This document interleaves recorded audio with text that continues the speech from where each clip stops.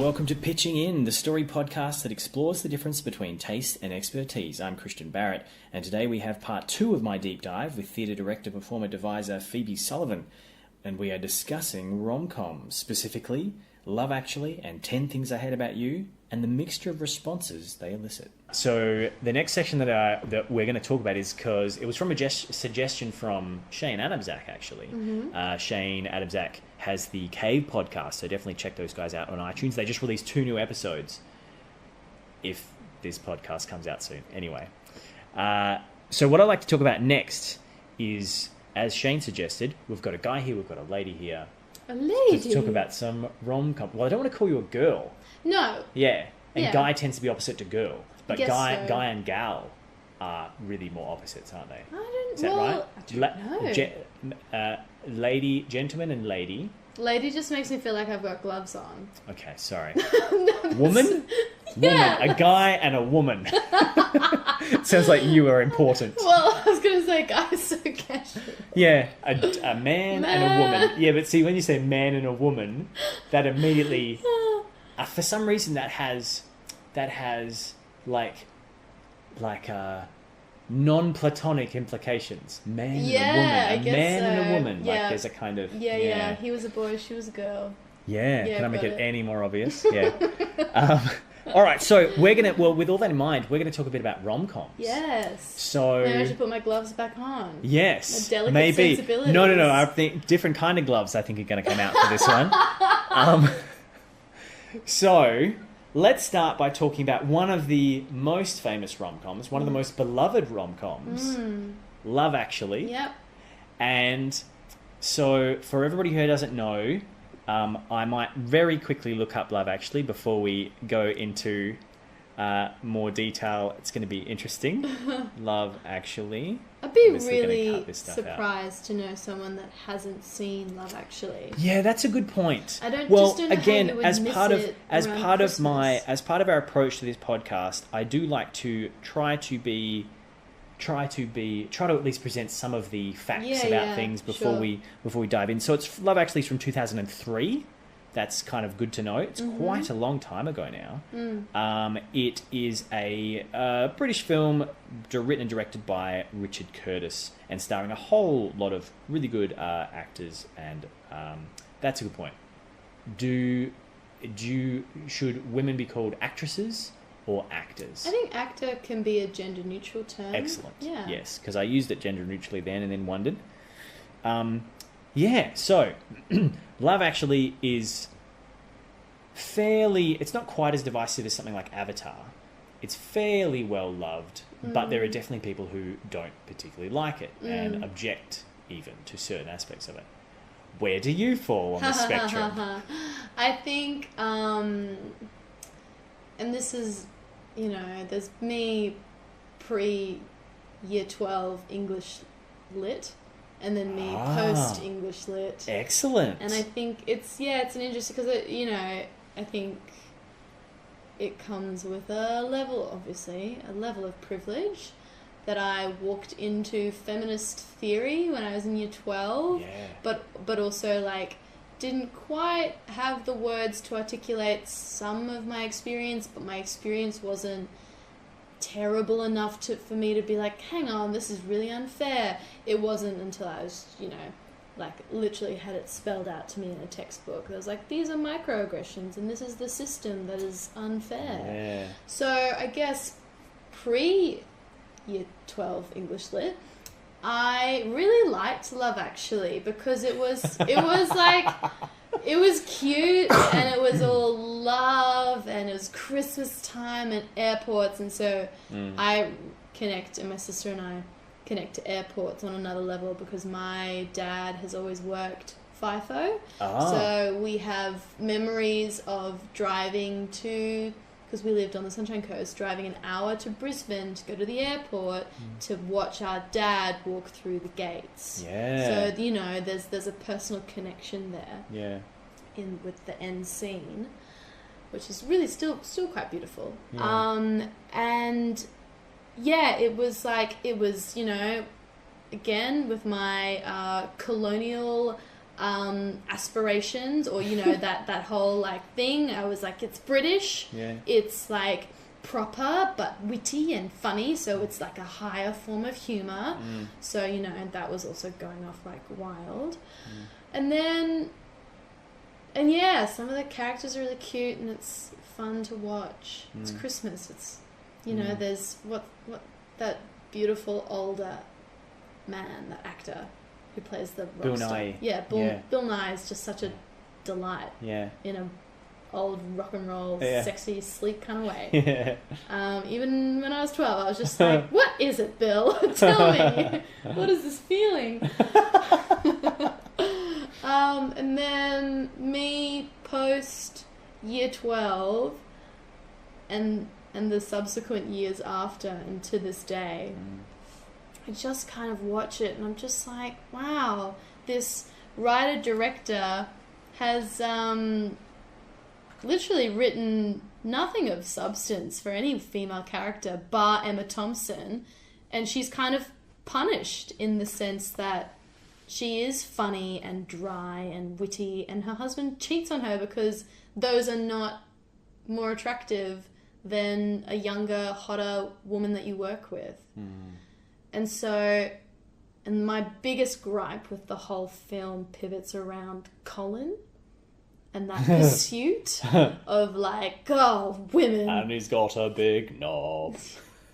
He's an Very asshole. well done. He's a wanker. Right? Yeah.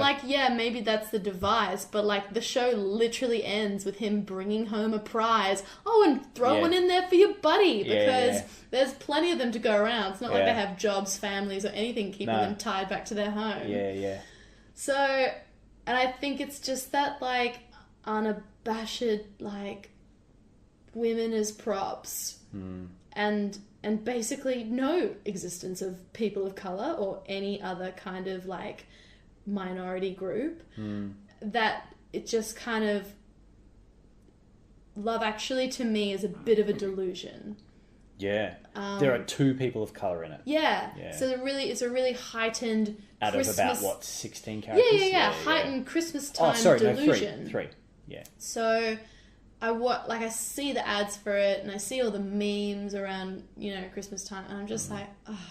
And maybe it's like, oh, but it's just a bit of fun. But I'm just like, well, all right, but just like, oh my God, seriously, there has to be, like, do people not make Christmas films anymore? Yeah. They're like, no, Love Actually trumped it all. It's done. Yeah. We'll just keep on playing that until one of the actors dies. Yeah. Which is not true. Yeah. Because that did happen. Yeah. Oh. Yeah. So that's my take on Love Actually. Yeah, that's really interesting. In a nutshell. You didn't cite the thing which I've found people object most to, which is, I mean, maybe you would, but which is the, I'm not going to be able to remember the actor's name. The guy who holds the signs up to Keira Knightley at the end. Oh, yeah. The message. Look, all those male-female relationships are in their own microcosm problematic. Yeah.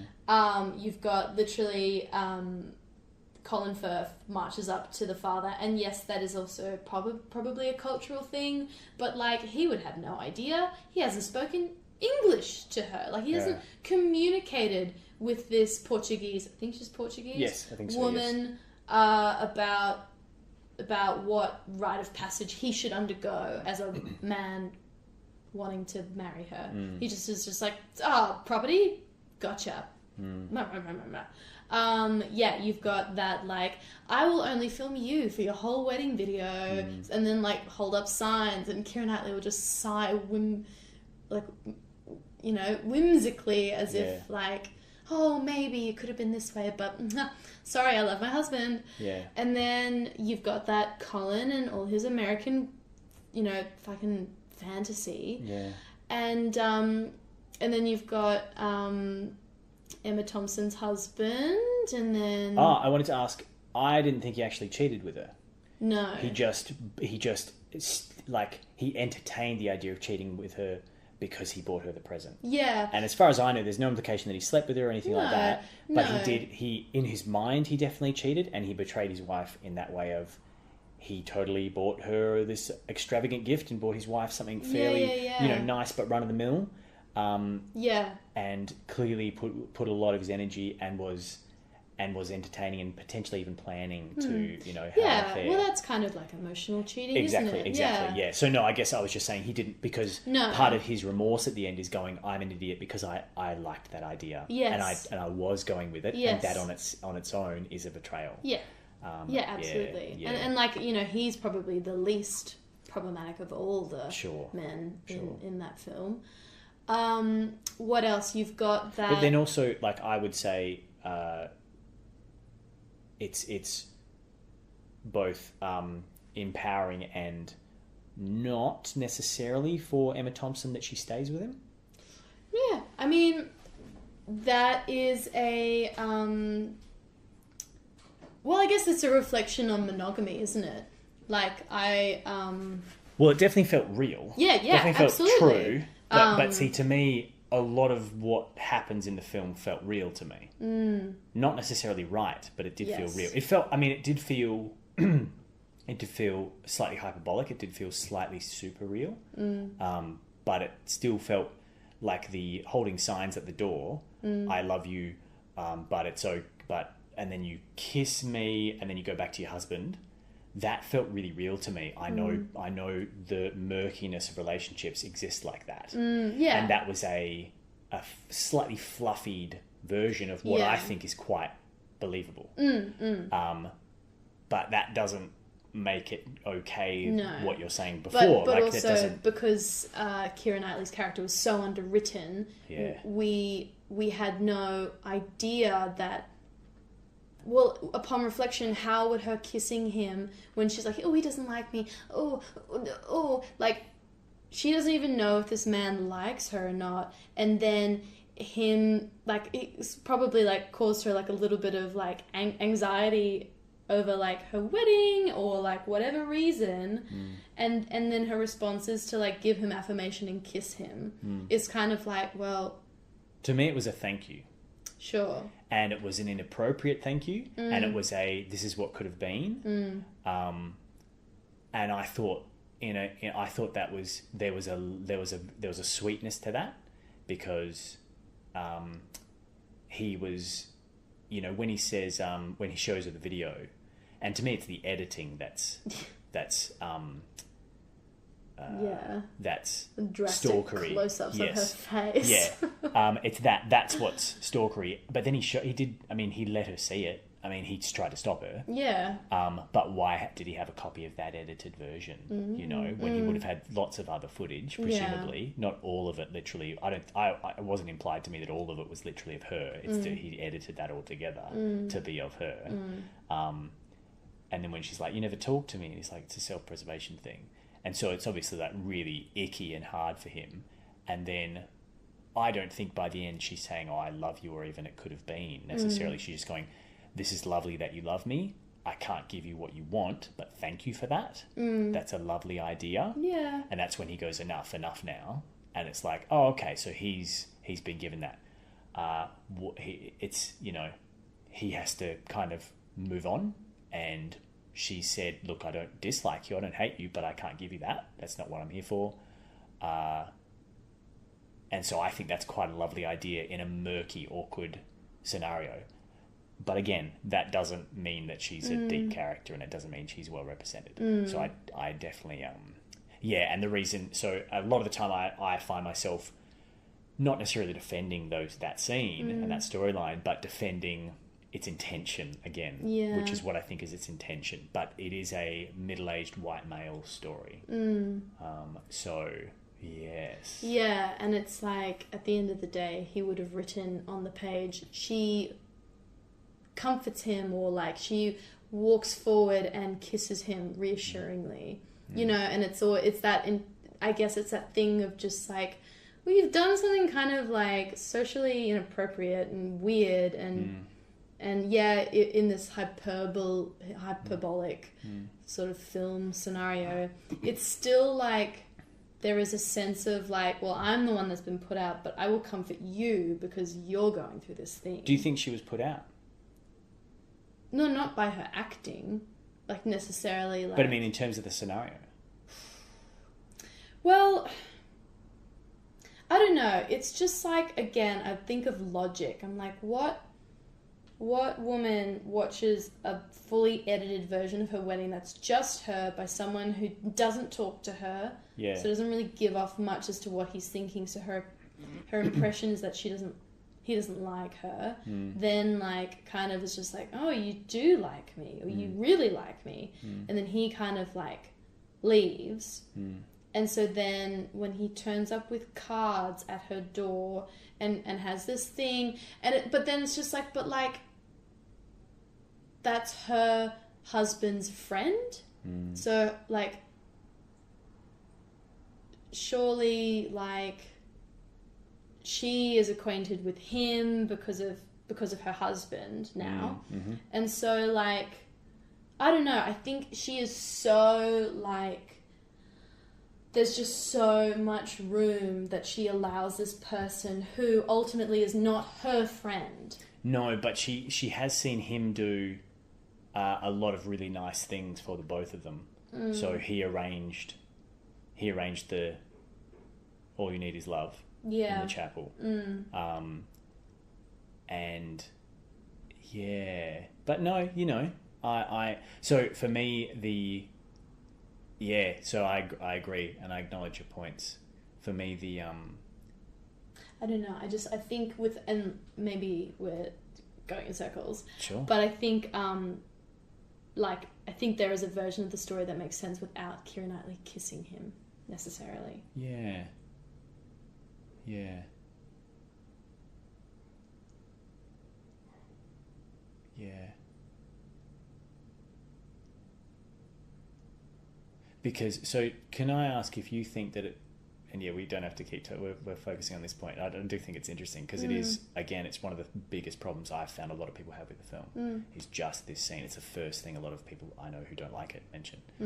To me, the fact that he doesn't talk to her in inverted commas and those other implied things are total giveaways that he loves her.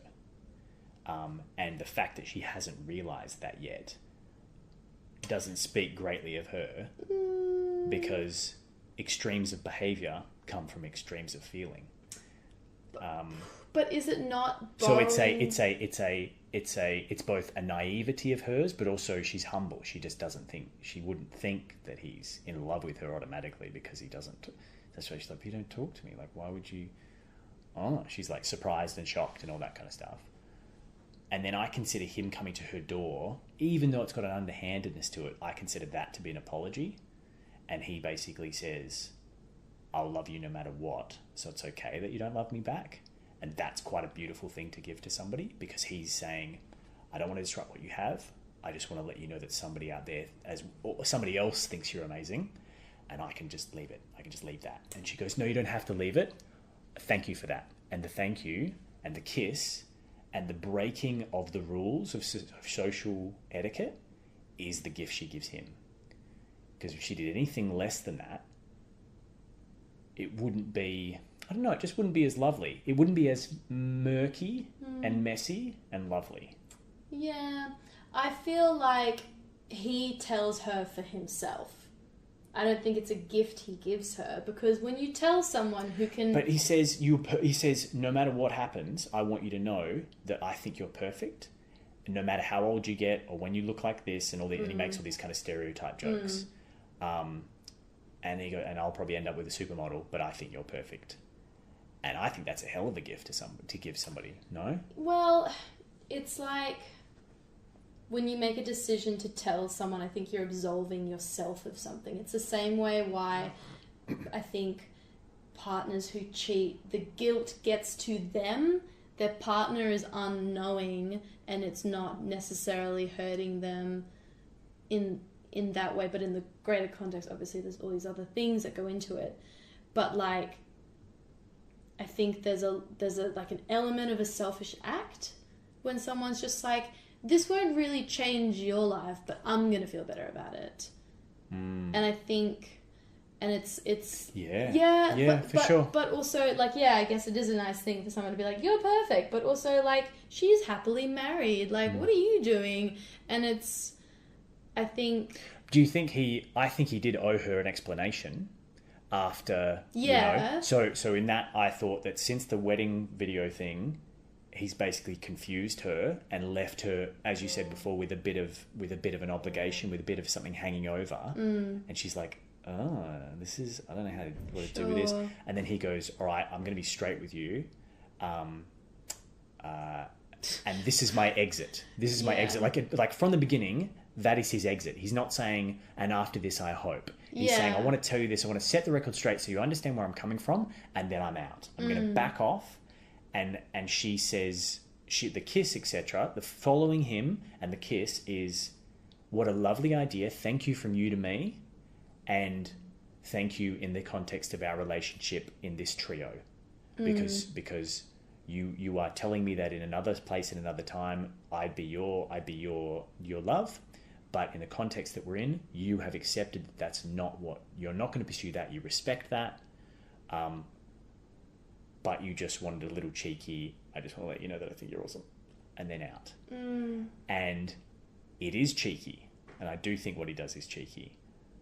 And I do think it has a selfishness to it. But he is backing out.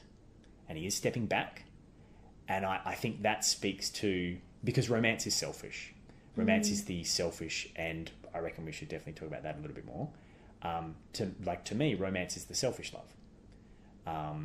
And it's so funny how so many rom-coms make selfish love an entitlement.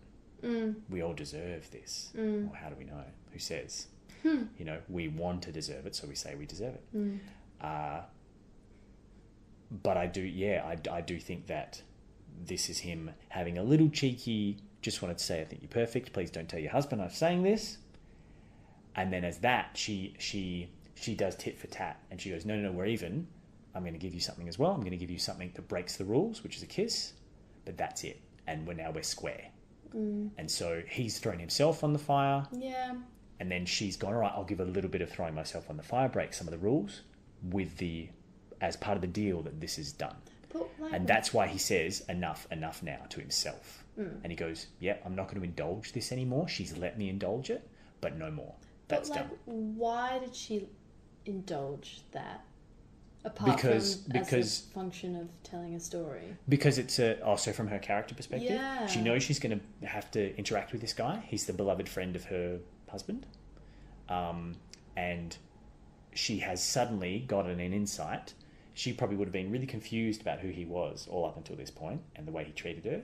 And she probably would have struggled with that because she loves his best friend. And she's like, well, your best friend's not very nice to me. Like, well, how do I handle this? And then she realizes, she goes,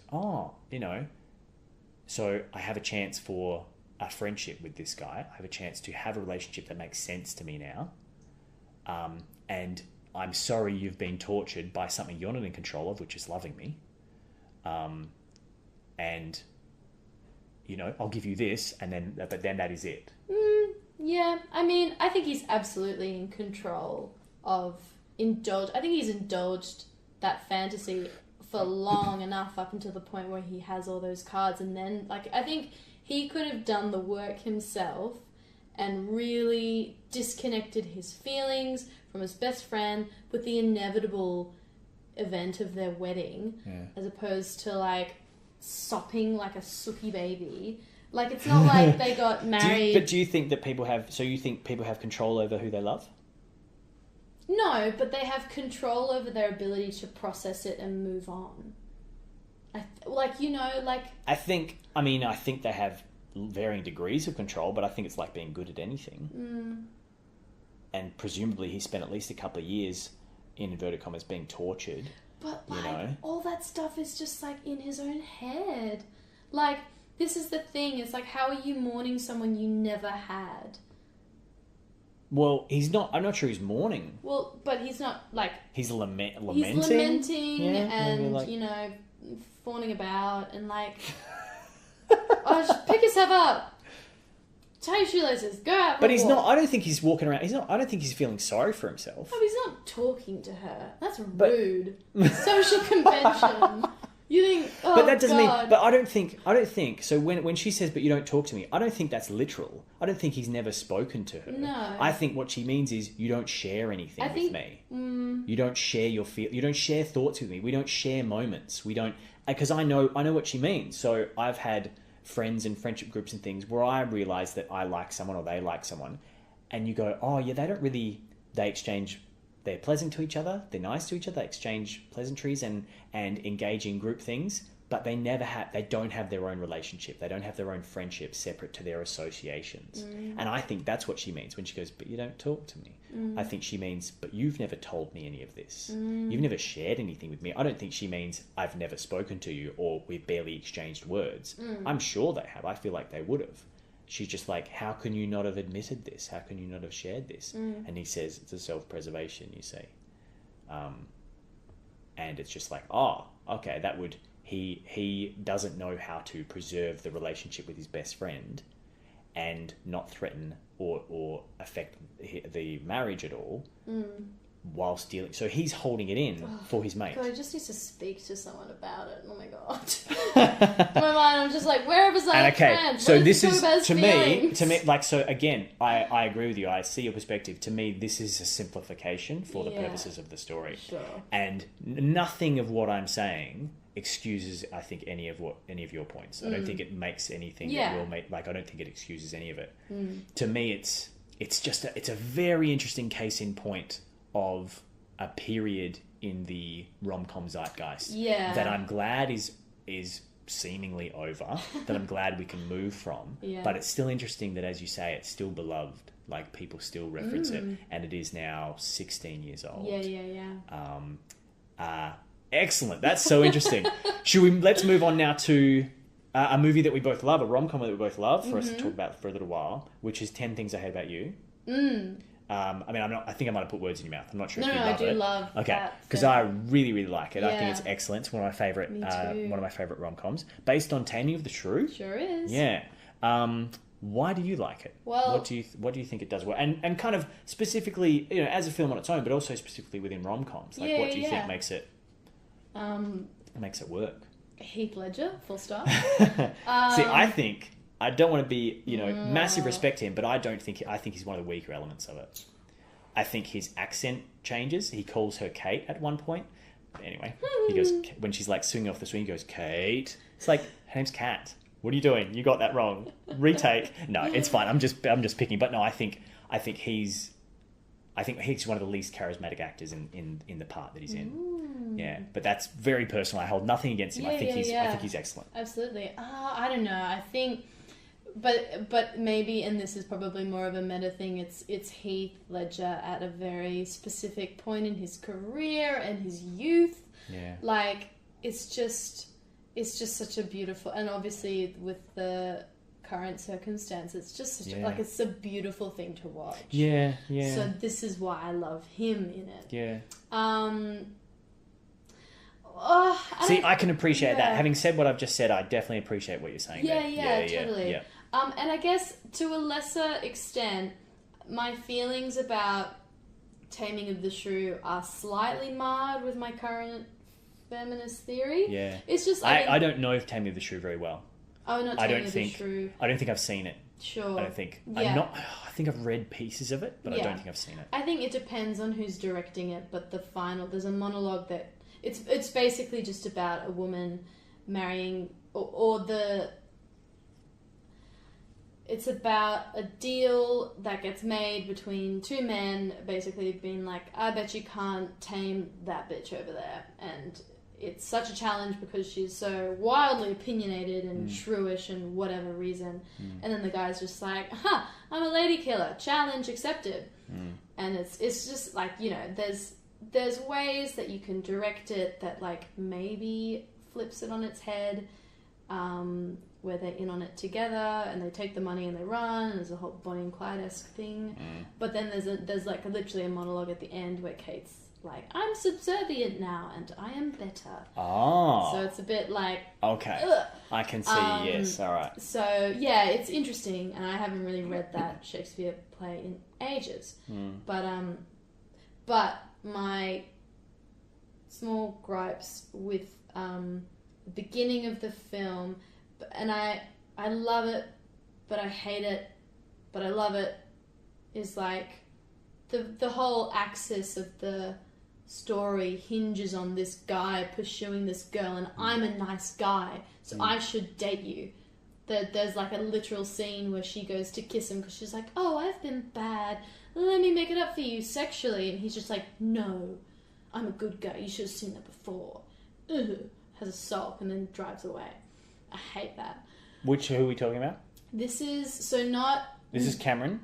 This is Cameron and... Yeah, Cameron okay. and it's the really interesting sister. to hear you describe it that way. Yeah. Yeah, because I don't disagree with you, but I also don't agree with you. I don't know. Yeah. I'm going to keep thinking about that. That's really interesting. There was something, and like obviously, yeah, you can have romantic pursuits and you can see when someone's being selfish, but the way I think he takes it out on her without any empathy or understanding or like that's so interesting. You know, like I think there's just... So you're talking about when he's sitting there and he gives her a lift home after the party. Yeah.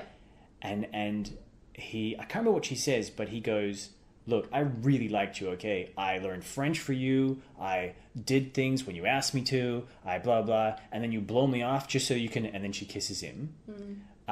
I think she's been really mean to him up to that point. I think she's used him. She hasn't remembered his name because all she's into is the superficial popularity side of things. Yeah, but also... And she's using her sexuality to play him. But he's literally put down a list of things, being like, why won't you give me sex? Or at least, like, why won't you give me affection? Because I'm putting in all these nice coins. I don't think that's what it was. I think it was him going, you've treated me crap, even though I've treated you well. But I don't think he's saying, you need to like me back. I think he's saying, you need to be straight with me, you need to treat me with respect, and tell me if you like me and want what I want, or leave me alone. But don't leave me in the middle and play with me. That's not what he's saying, though, by learning French. He's just like, I'm going to masquerade as the person that can solve your problems by saying, I know French. But this is just my tool to talk to you. Okay, this is really interesting. I don't think he's masquerading as the person who can solve her problems. I think he's trying to be the man she's saying she wants. So he's trying to be the man. So he's pretending and kidding himself. And in the moment where he goes, I did this, I did all this pretending for you. And I'm realizing that, like Heath Ledger tells me, I shouldn't let anybody else tell me I don't deserve what I want. What's his face isn't half the man you are. And so basically you should be proud of the man you are and stop trying to be somebody else to please this woman when she's not treating you well. And in that moment he goes, I pretended to be this, I did everything you asked. That's not the type of guy I am, but I did it because I was trying to impress you and you treated me crap. I don't know, because she's not the protagonist, he is. Because we start with his journey. So I don't understand how, like... But we do also have... But there's 4 protagonists in this film. Do you know what I mean? Because we do have her journey, and we do sympathise with her. We do learn what she wants. Daddy, no. No, Daddy, no. And then she puts the baby belly on her. and so, again, I don't think... So what I see it as is I see she makes mistakes in her pursuit, but you know why she's pursuing it. And there's this beautiful moment where she puts on the pearls from her mum, and Kat goes, when did you get those kind of thing? And she goes, they're mum's. They look good on me. And like you see this pride that she's trying to have and this kind of person she's trying to be. And that simultaneously makes you feel for her and go, no, you're doing it wrong. You can see her flaw and you like her at the same time. You go, oh, I know why she's doing this, but that's the wrong way to do it. And the moment where he tells her off, for me, is about him going, I'm pretending. Are you pretending? Because it feels like you're just being mean. And then she kisses him and basically says, no, sorry, I wasn't pretending. I've just been pursuing traits that I think are the right things to pursue. Yeah, but it's the same thing with the kiss. I'm just like, literally you've got like a teenage boy telling you off in the car. Why is your initial response, if you're so fragile and want to please people, to just like straight out kiss someone? Like it's so illogical, because if you're like, do you mean so are you commenting on her psychology not making sense?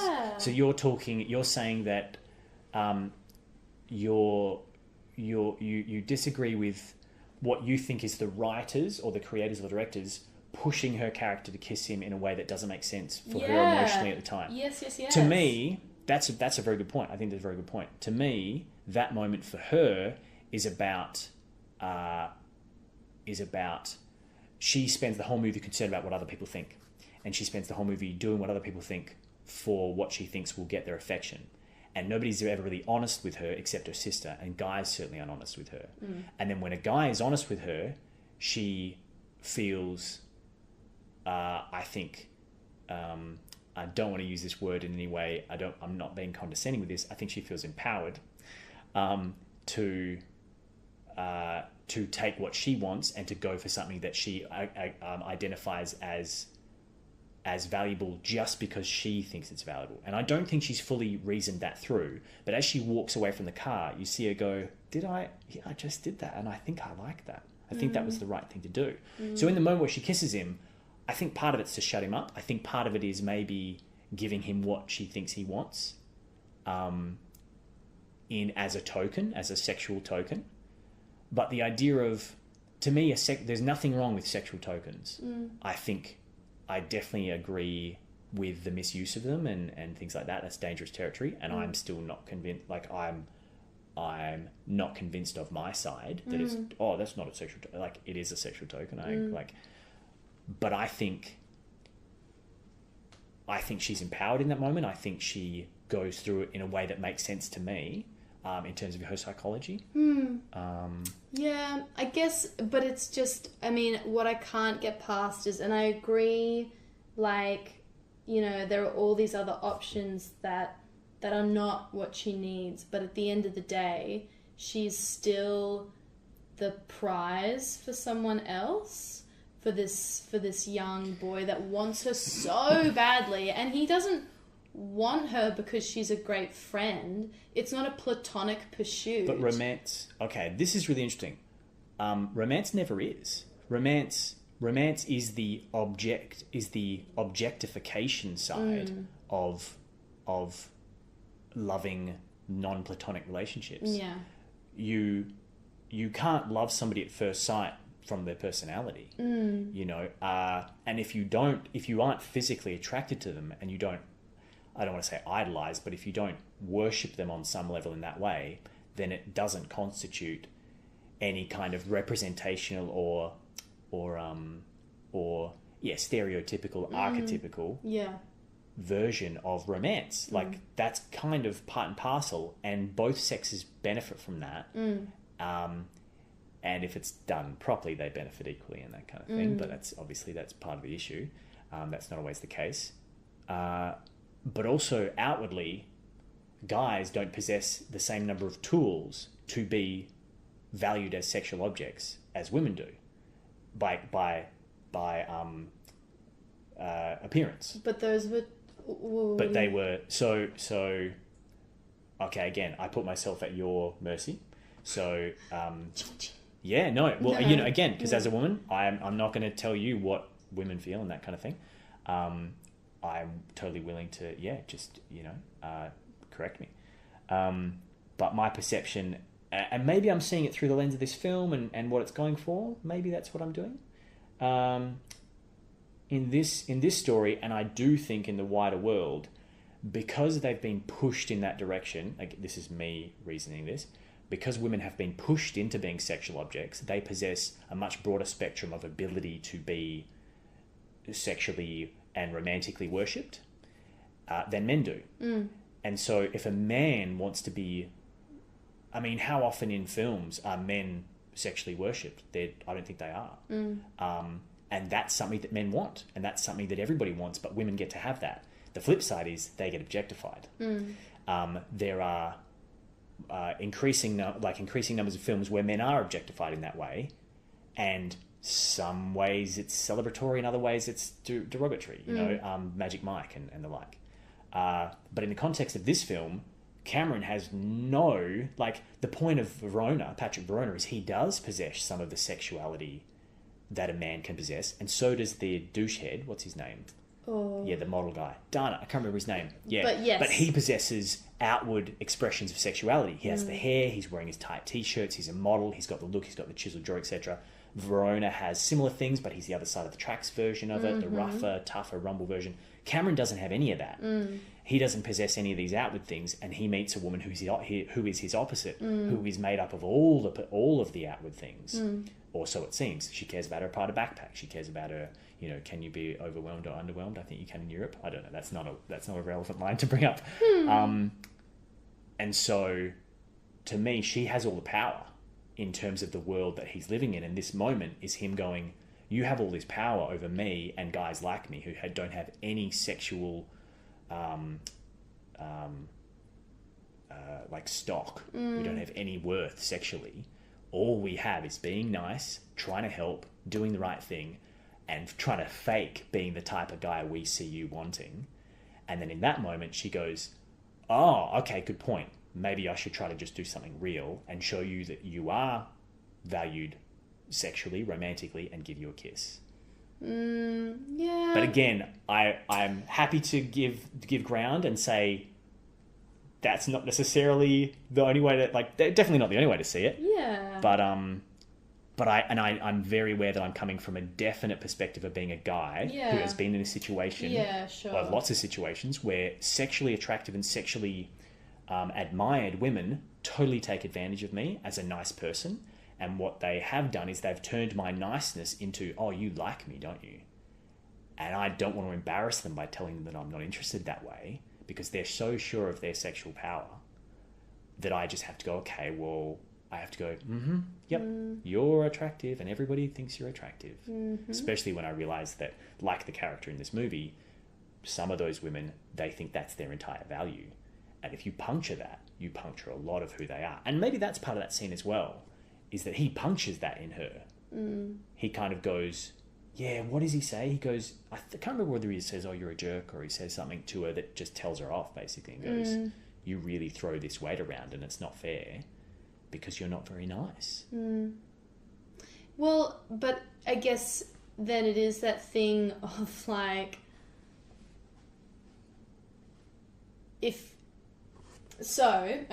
and this is the thing, is when women try to commodify the only power that they have, being sexual, and they get slapped down for it because they're like, what? He talks to his buddy at the beginning of the film when we walk through that whole cafeteria, and he ogles her. Yeah. There's no hiding, and maybe, again, hyperbolic, but still, it's just because this is one of the first storylines we are introduced to as well. Yes. Is from the setup. Yes. This is our protagonist, and although we do get windows into the two daughters, we're following it from the man's seat. Yeah. Can I just say that I think it's him and Kat who are the main characters. Yeah. Because she has a definite emotional arc that we follow, and that we're it's him and her that grow the most. Yeah. So to me, they're the main characters. But yes, he's our entry point for sure. Totally. And also, the sister is the ideal, and Kat is the repulsion. Yes. So we've got these two binaries of women as well already displayed. Madonna and the whore, rejected, accepted, attain what you hope to attain, and then what you hope to distance yourself from, and you will do by humiliation of that woman. Yes. And so we see this girl who knows maybe her only kind of social pull is her attractiveness. Yes. And I think she thinks that. I don't think she knows that. I think she thinks that. And likewise, no, okay, I'll let you talk for longer. She thinks. She thinks that's her only pull. Not that she doesn't know it is. Or rather, it's not. It isn't. Well, but she thinks it is. It is. Because Kat is proof that sexuality isn't your only pull. Kat is one of the most powerful characters in the movie. Yeah, but also no one likes Kat. But everyone does what she says. Yeah, but... And everyone likes the sister, but she doesn't have any real power. Yeah, and I think, and sometimes that is and I don't want to say the wrong thing, because I think there is empowering things that women do with their sexuality that totally flips the male gaze on its head. But I think that's the false sense of power that comes with, oh, well, I'll just be a sexualized object then, and I'll use that to my ability. And I think it's sometimes misguided, and I think in the instance of younger women, it is, because you're still the object in a lot of those transactions. So I think the sister is just like trying to use whatever weight she's been given in like a not very nice way, but in some kind of way to navigate the world around her. And this guy has like turned, because this guy likes her as well. He is not exempt from like all the other guys, and this is the thing, is he thinks he's super duper different, but he proves that he is towards the end. True. Because he learns, because I think when he sees her as this idealized object, or at the beginning, it's like what you said, all the characters are stereotypes. We think that Verona is just from the wrong side of the tracks and he ate a duck, everything but the beak and feet. We think Kat is just this out and out, shrew. And likewise, Cameron seems like a nice guy who will never stand up for himself and do nothing. And the sister, I wish I could remember the sister's name. It's like Marsha or Clara or Sophie or something. She seems like just the pretty princess. And over the course of the film, we realise that none of them are their stereotypes. They've all got all this underpinning stuff, their history of sadness, of bad things that have happened to them, which mean they are not that stereotype. And they all learn that about each other. And through that, they bond and find real relationships. Yeah, I don't know. Because they stop bullshitting. Because Patrick Verone, because the other side of the sister is Joey Donna, who is the male version of, look at me, I'm a sexual object, and look how much power I have. But everyone who matters thinks he's a douche. Yeah. Everyone with any power just goes, nah, he's pissant, he's nothing. But he thinks he's the cock of the walk. And amongst his mates and the girls who value superficiality, he's the bomb, he's the cool dude. But gradually over time, what you realise is that he's an empty vessel. The younger sister seems like an empty vessel, but she shows chutzpah towards the end. She beats up Joey Donna for the man, which is great. So she kicks his ass and Cameron to protect Cameron and defend Cameron, because she's a more complicated woman. So she is more masculine in the traits of not being a male but being masculine, as we've discussed, which is a more honest version of who she really is. Kat lets herself be more feminine, but still strong, which is a more honest version of who she is. Likewise, Patrick Verona stops trying to be so tough, admits that he's more nuanced than that, and he hasn't been in prison. He's been looking after his grandma, So again, he allows himself to be softer and more of the true version of who he is, and they're not these stereotypes that they set up. And again, back to that moment that we're talking about, I think, because that happens, I dare say, right in the middle of the film. I can't remember particularly, but in terms of story structure, it seems like it would happen right in the middle, where the two characters, him and the girl, she realizes all the folly of her pursuits of the superficial popularity. He realizes the folly of his pursuit of her. And he's like, am I an idiot for trying? You're not what I thought you were. And I think in that, we kind of, as we're listening to that, we go, oh, well, it's not her job to be what you thought she was. I think it's the tact or the tactlessness of the approach to this conversation, because it's just that thing of like, you can just underline all the you. It's so accusatory. So do you know that in the script? Are you just saying that's the emphasis that he gives? Well, I think it's what I remember hearing much. So no, I don't know it off the top. Like, sure, no. I was wondering if you'd read it and seen it. I was interesting. But by this, like, thinking, but that's how it feels to you. I think when I was watching it, I was just like, God, he's so like blamey and just so like, just kind of like, that's so interesting. Didn't fulfill these things in me, and like, I've spent all this time. It's like, well, the time was going to pass by anyway. But up to that point, don't you think she'd been horrible to him? She just used him. Look, Travis, I can get... She's like, look, Curtis. And he's like, Cameron. And she's like, whatever.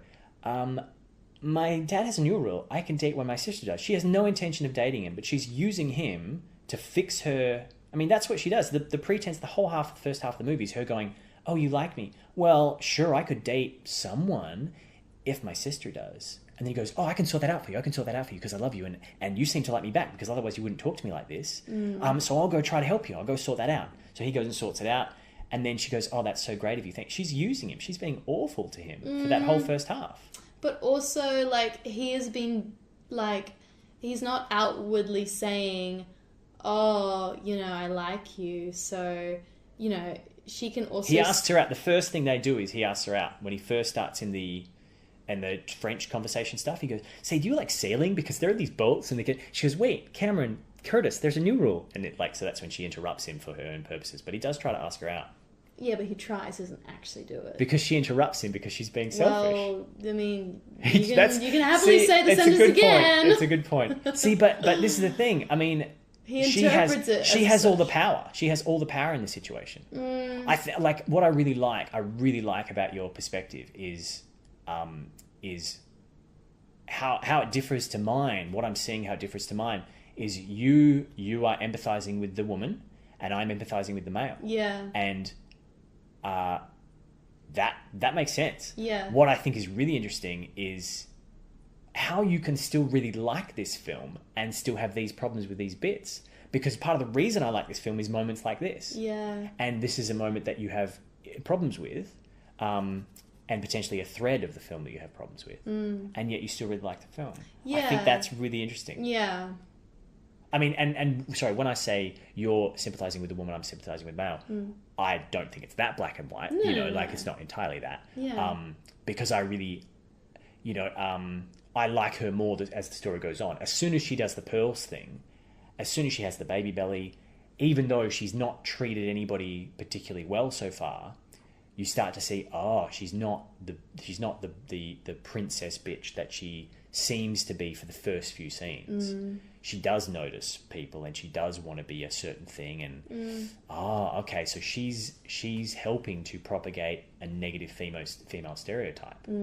But maybe I just inherently know that I don't even need like a character reveal for that to be a thing that I consider. Yeah, but I mean, it's different. You knowing that is different to what the film's trying to say about that. Yeah. But who am I to say that? Because I'm probably doing the same thing. What I'd like to I'll to curl around on that point. I will say that I am not convinced by all my side of that. I like all the stuff that you were saying, and I'm going to rewatch that and take that into account. It's really, really valuable for me as a guy to hear that perspective. I think what you said before about the stereotypes, and I think this is a lot of just my theory and the lens that I look through the world, is I don't see Cameron as a nice guy in the beginning. Right. Like, I think he's likeable, but I don't think of him as, like, fair nice. Enough. I'm trying to think of... Because the Save the Cat thing. So for anybody who knows about Save the Cat is it's a guy named Blake Snyder. It's a vaguely derided story structure technique, sort of methodology that breaks every movie down into 15 beats. And some people think it's very derivative of story structure. I think it's very helpful. I think it's a tool. It's not a rule, but it's a tool. And part of that, a very important part of that, is at the beginning of every story, he says you need to have a Save the Cat moment. And in some movies, like in Incredibles, there is literally a guy saving a cat, and you go, oh, good on him, he saved a cat. He said, and in Incredibles is really good because he's so busy doing 50 other things, and yet he makes time to save a cat in a ridiculous, funny, superheroic, over-the-top way. The classic one I always use is Aladdin, where at the beginning of have you seen Aladdin? Yeah. At the beginning of Aladdin, he's gone through this whole one jump out of the bread line, and he does the whole sequence of running away. He makes it, survives, and then he sees two kids who are hungry, and they need the bread more than him. And then not only that, like he gives them the bread, not only that, you get to see Abu going, no, I'm having mine. And you go, so Abu's a bit selfish, but Aladdin's like quite nice. Like he's the thief, but underneath he's quite a good dude.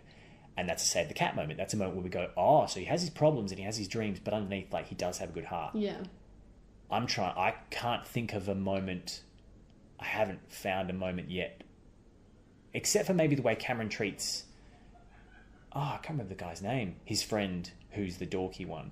because he goes, oh, hi, I'm Michael. I'm here to show you around. He's like, oh, thank God. I thought it was going to be one of those AV science gigs. And then somebody says, hey, you coming to AV Club? AV Club. Like, he makes this kind of joke to try to... but I think, I'm not sure. I'm not sure if he has any moments, if Cameron has any moments where like you say, where he's a nice person, where we see that he's a good guy. I'm not sure if he does. I think in the scene where Michael is introducing all the groups to him, I think it's Cameron's responses to them that ingratiate us to Cameron. Yeah. Where he goes, semi-political, something, but mostly... And then Cameron goes, smoke a lot of weed. Because he's talking about the white rastas. Yeah. And so it's Cameron's astuteness in guessing about these groups, what we're guessing, that makes him the everyman and makes us like him or something. But that's another good point. I'm gonna rewatch it to see if there is any moments... In which case, you're right. In which case, there isn't a reason for us to see him as a good guy. Apart from him just being a white man. Well, I mean, I think it's the fact that he's skinny as well. I think it's very interesting the way... Like his fragility. Yeah. Sure. Well, there's a reason that he's skinny. Patrick is tall with big hair and broad shoulders. And Joey Donna is muscular, So our main characters are the dorky chubby guy and the dorky skinny guy, there's also a scene where Cameron goes into the office of Miss Kitty, the woman who's writing the quivering member, who's writing the story, and he's like, am I in the right office? And you kind of go, okay, like, because he's an army brat, his dad's moved around a lot. Yeah. And then she says, I don't care. And he goes, but the thing is as well, like, and you can tell that he's kind of the one we're meant to follow, though, is because he comes into the world knowing as little as the audience does. To me, he's just our way in. That doesn't necessarily mean he's the one where... He's our comfortable, understandable, relatable, familiar... Yes. So he's our safest, most understandable character. Yeah. He's the everyman. But then that everymanness gets flipped on its head and taken apart, I think. Interesting. Man, I'm glad we went into that rabbit hole of that. That's really good. I really appreciate... I can't wait to do a very female-centric episode where I get to just do more shutting up and have, a bunch of ladies chatting about all this kind of stuff and just throwing in all these really good perspectives. Man, you have really good insights. Man, no, shut up. Okay, I'm sorry. I don't, and that's not a male saying, "Oh, well done, female, for having some." Man, I don't know how to navigate that, but I appreciate your insights. I think they're great.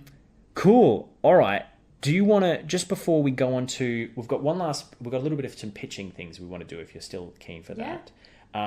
Do you want to briefly talk about a point that you brought up before about women chasing men in rom-coms? Yeah. What do you mean? Well, and I think it's not just rom-coms. I think it's like a lot of early childhood, like, media or any kind of movie. I think Disney princesses, to varying degrees. And it's mostly just this thing of, like, you're a young woman in high school, or you're like a woman in your like late 20s, and you have this problem, and this problem is that you're single and that you need to fall in love, and you need to find that guy that we have a 20-second close-up of because he's cute and he's XYZ. And like, we will know the film is over when you have that person. And it's like, I find with like... You will know the film is over when you have that person, yeah. Well, it's just so like... Don't you think that happens in reverse? Like, there's a lot... I'd say there's a lot more in reverse. Which is a negative thing. But like, also as well, the once again...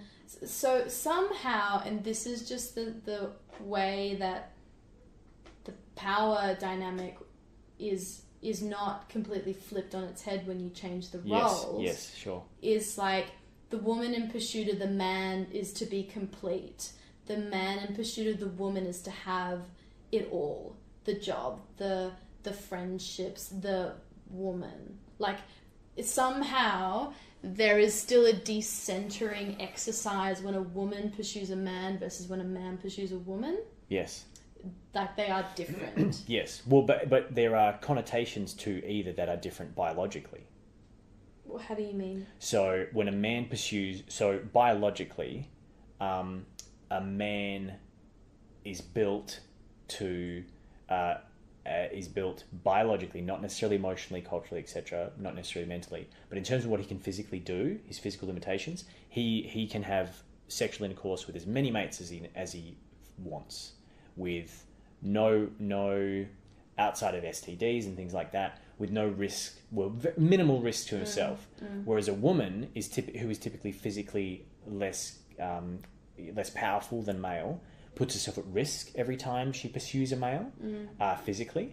Also, she potentially uses up 9 months, if not 18 years of her life by pursuing said male. A male doesn't necessarily have the same risk. And so I think inherent in the switch that you're talking about is that, on a basic level, it doesn't mean that our society can't balance that out. I just don't think it does. And I think there's a reason that leading men are considered leading men as long as they're sexually viable, and the same as leading women. Leading women tend to stop being leading women when they're no longer considered sexually viable.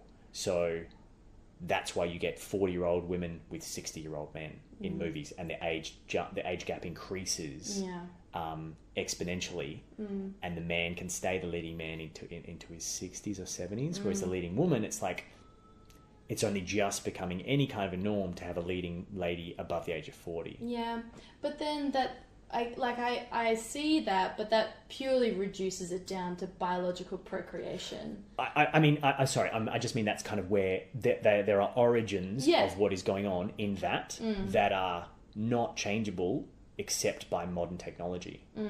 But psychologically and culturally, they have a massive legacy that still affects the way a woman will pursue a man, because just logistically, a woman pursuing a man in a busy New York City where she's just trying to live the life, she has to be way more careful of certain things in pursuit than a man does. Even just in the idea that she can't necessarily run as fast as a man. Like just that, or she's going to be wearing heels when she goes out, or the number of times a guy finishes a film showing his dedication by standing in the rain, running to somewhere and then standing in the rain. He does male things to get there. He's physical. He overcomes. He jumps barriers. He avoids people. I think there's intrinsic male and female things that are intrinsic physically that we have let permeate into culture. And again, I asked you the question, so I will stop talking because I will stop talking. You No, that's all right. Talk some more. Women chasing men. Well, I think there's a little parallel where it's like, even though the woman is chasing the man makes the choice to be with her. Like it's like a false sense of pursuer or pursuit. Whereas I think when men chase women, the man has made that choice because we've had a whole film about it. Yeah. There's something so different to, like, I don't know, like, what is it? The one with the guy from Grey's Anatomy? Is it called Made in Manhattan? Or Enchanted? It's like the Maid of Honor. Oh, Maid of Honor. Oh, yeah. I don't remember that very well, but I know which movie you're talking about. It's similar to just Love Actually, except it's a whole film, and he does literally be like, leave the man at the altar right now. Sort of thing. Where it's his best friend who's getting married. He's had a crush on her this whole time. Wow. Never said anything. They seem to do.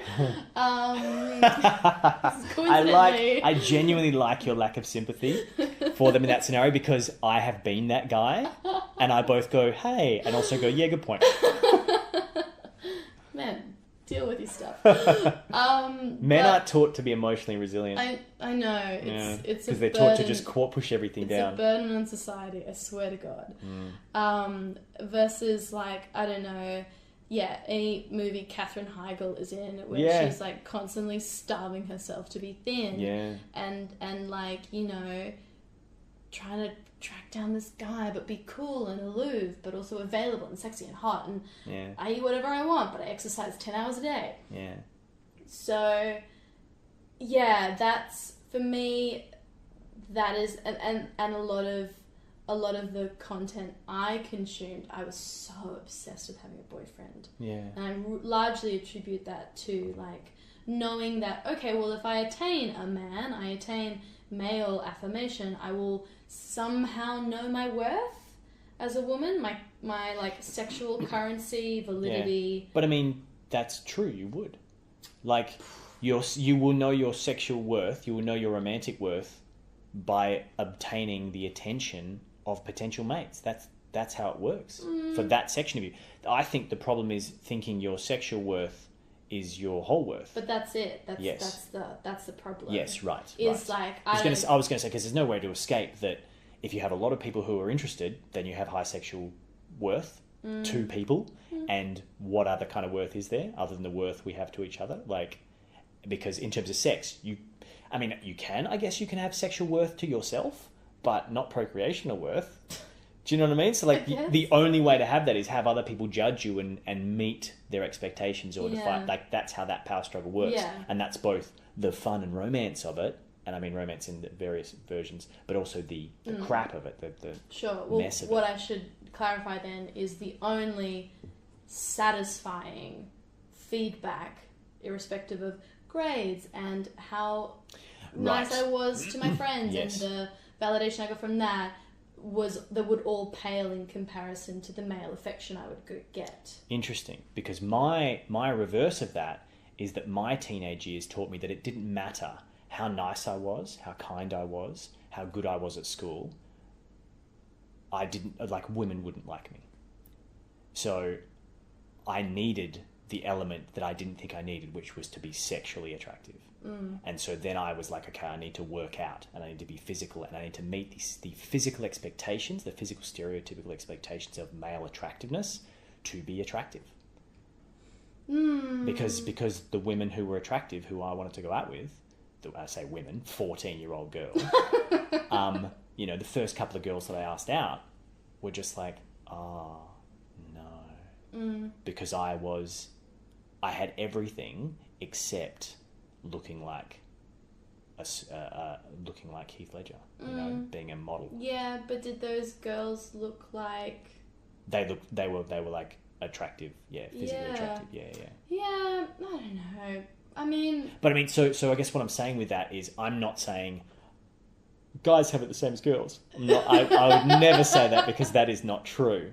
I guess I'm just saying I find it interesting that I have that inverse perspective, which is very similar to your perspective. Yeah, absolutely. And I think really what it's speaking to is our feelings in those scenarios that we now obviously project into the stories we watch, of being the victim and doing our best, but being victims of the situation, being victims of which we all are. And I think that we're victims of the same circumstance. Yes. To a degree. Yes. Like, it's this thing of like you have to be attractive or like that's the priority, especially when like you're in high school and that is the largest amount of currency you hold in any domain. Yeah. Like not even breaking it down to sport and academia. It's like who looks the best in their summer uniform, who looks the best in their winter uniform, or like, who do you have a crush on? Who does everyone have a crush on? And so high school and teenagers is not a good example for sort of life. It's a very specific context. Well, what was it? How do we get to that? So you were talking about Katherine Heigl and how much in your teenage years you were focused on the idea of having a boyfriend is the goal, and that's what you. Because I wanted to say, I'm not sure if I acknowledged it and gave you my admiration for it before when you said it, but I like you hit on something really important, I think, really interesting to me when you said when a guy gets the girl, it's about she is the end part of a package, and when the girl gets the guy, he is the package. Like, if he is all she's going for, he's not the icing on the cake. I'm not sure that I entirely agree with you, but that is a very good point, and I think you would be. I think there's a lot of truth in that. I feel like that's another one of your ideas that I'm going to take away, and I'm going to have to incorporate and reanalyze some of the ways I look at certain things. Well, where I draw that from is you just look at the amount of movies where there's not a romantic pursuit, where there's a male protagonist, and then the inverse. I don't know. I feel so. like Wait, you just said so when there's a male. When there's a male protagonist, yes, sometimes they do everything alone, or they end up like actually ruining a relationship with a partner for the pursuit of their dream. Yes. Like, for instance, that really talented drummer. Oh yes, Whiplash. Yes, so that's a good film. But classic is good film, but like kind of a classic example of like this guy, he's just like, oh yeah, and this girl, and she's hot, and man, I'm young and kind of dorky, but I'm talented, and I'm not attractive, but like my talent is also currency, because sometimes I can fall back on that as an adult man. And then he like totally fucks her over, and he's just like, no, it doesn't matter, I'm pursuing this thing that's so important to me. But the film shows that that's evil. Well, I think the film goes, oh man, he's destroying every part of his life, his relationship with his father, his relationship with a perfectly nice young lady who seems to genuinely like him, and he did genuinely like her, but he thinks he has to abandon all of his weaknesses and dead weight. Anything that's slowing him down. And that's where you get towards the end, you go, you're a monster, mate. Like, you're a very talented monster. And I think I agree. That's what he does. But I think that film shows that's a shit thing to do. Yeah. And But we also see her with someone else at the end as well. Like another man. Oh, and okay. I get it that like, that's to show that she's moved on. But like, could you not just be like on her own with her friends being like, no, I'm fine? Maybe, but I mean, it's like a slight, because it's even hearing you talk about his perception of him getting with her in the first place. I didn't get almost any of what you're talking about there. Like as if like he doesn't have. I don't think it's anywhere near as calculated as what it sounded like you were describing. Like, I don't think he was like, oh, I'm not really that cool, but maybe she'll like me for my talent. Like, I just think he was like, I've liked you for a long time because I see you working at the cinema. Do you want to go out with me? Because gradually his confidence in his drumming has given him confidence in the rest of his life.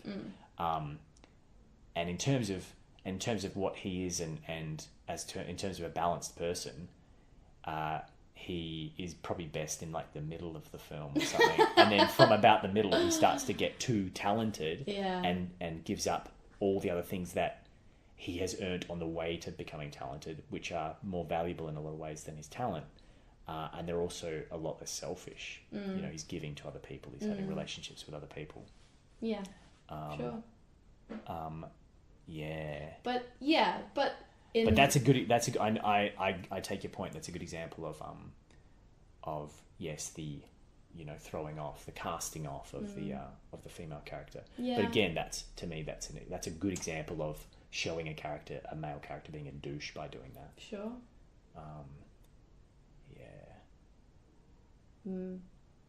There's about like 50 things that you've said that I had other questions for, but that I've forgotten. That's okay. It's a one podcast. Yes, that's true. And speaking of, so it's almost 10 o'clock. Would you like to finish up there? How are you feeling? Yeah, that's a good idea. Because we've done a lot of really good. Man, okay. Well, let's finish up, and then I'll tell you how great you are. Maybe you need a co-host. Yeah. Not. Well, yeah. Well. All right. Well, excellent.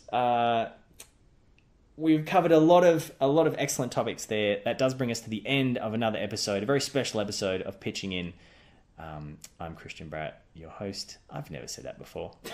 I like it. You should keep it in. Thank you so much, Phoebe Sullivan. You. Thank you so much for joining me. It's been so interesting. I All the know. discussions we went into. We talked about like some story theory. We talked about what makes stories good and bad. We talked about lots of good stuff in rom-coms. We dove deep on Love Actually, like one scene in Love Actually, which is a wonderful and one scene in 10 Things I Hate About You, and man, so I feel like I've learned heaps. And I want to acknowledge that as a guy, I still have a lot to learn. The feminism issue is really important. Empowering women is really important.